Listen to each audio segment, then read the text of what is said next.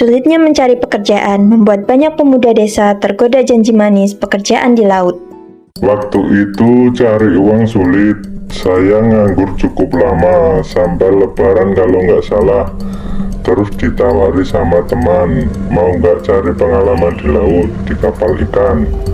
Sebenarnya konsep di sana saya nggak tahu gimana, tetapi karena ada rasa ingin tahu, akhirnya coba-coba berangkat tanpa pengalaman.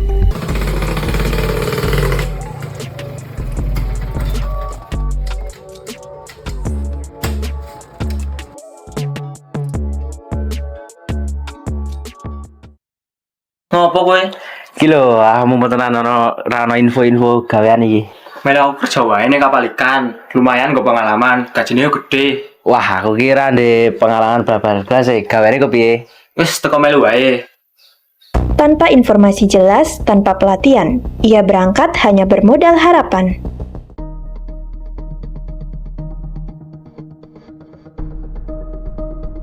Syaratnya gampang, KTP aja. Buku pelaut nanti bisa diurus. Bukannya harus kursus dulu ya, Bu? Santai, bisa diakalin. Syaratnya identitas jelas. Seharusnya buku pelaut wajib punya, ada keterampilan dengan kursus. Tapi waktu itu diakali, ada orang dalam yang bisa menerbitkan buku pelaut tanpa kursus. Berhubung belum ada pengalaman, berangkat sambil bikin. PT memfasilitasi untuk bikin buku, cuma foto dan data diri. Tapi sayangnya buku gagal jadi. Uang yang masuk dikembalikan full. Meskipun gagal jadi, tapi tetap kerja. Dokumen penting dipalsukan, prosedur dilanggar, calon pekerja tidak memahami risiko. Jam kerja sebetulnya bisa dibilang 24 jam.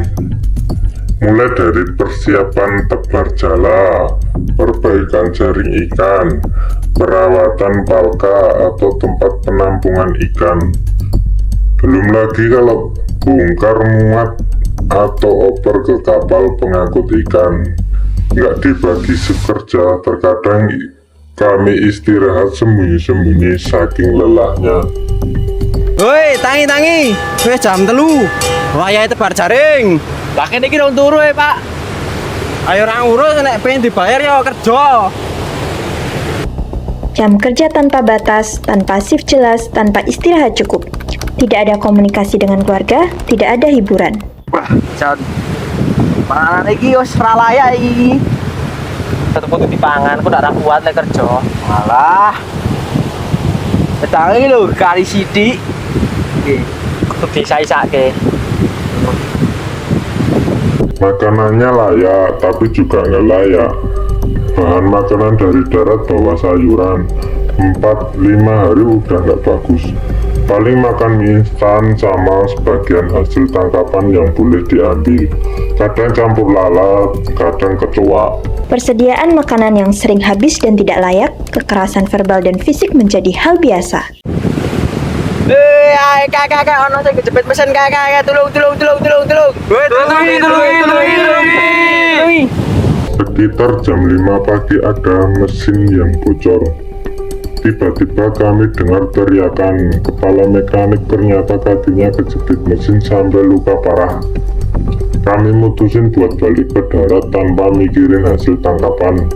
Selama di kapal dia cuma ditangani seadanya, pakai obat yang ada. Pas sudah sampai darat, kami baru sadar kalau resiko kerja yang sangat besar dan nggak sebanding sama gaji. Apalagi ternyata nggak ada asuransi. Akhirnya kaki kepala mekanik harus diamputasi dan cuma dapat bantuan biaya operasi tanpa tunjangan lain. Tanpa alat keselamatan memadai, kecelakaan dapat terjadi. Penanganan seadanya, tanpa tenaga medis, tidak ada jaminan, tidak ada perlindungan. Gaji saya kok dipotong ya?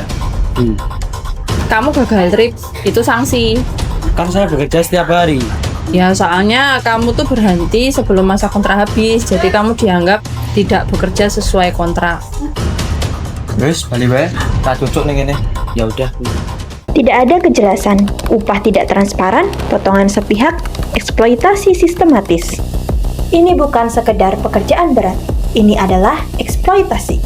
Ini adalah pelanggaran hak asasi manusia. Ini adalah tindak pidana perdagangan orang. Mereka berangkat mencari hidup, tapi hampir kehilangan segalanya.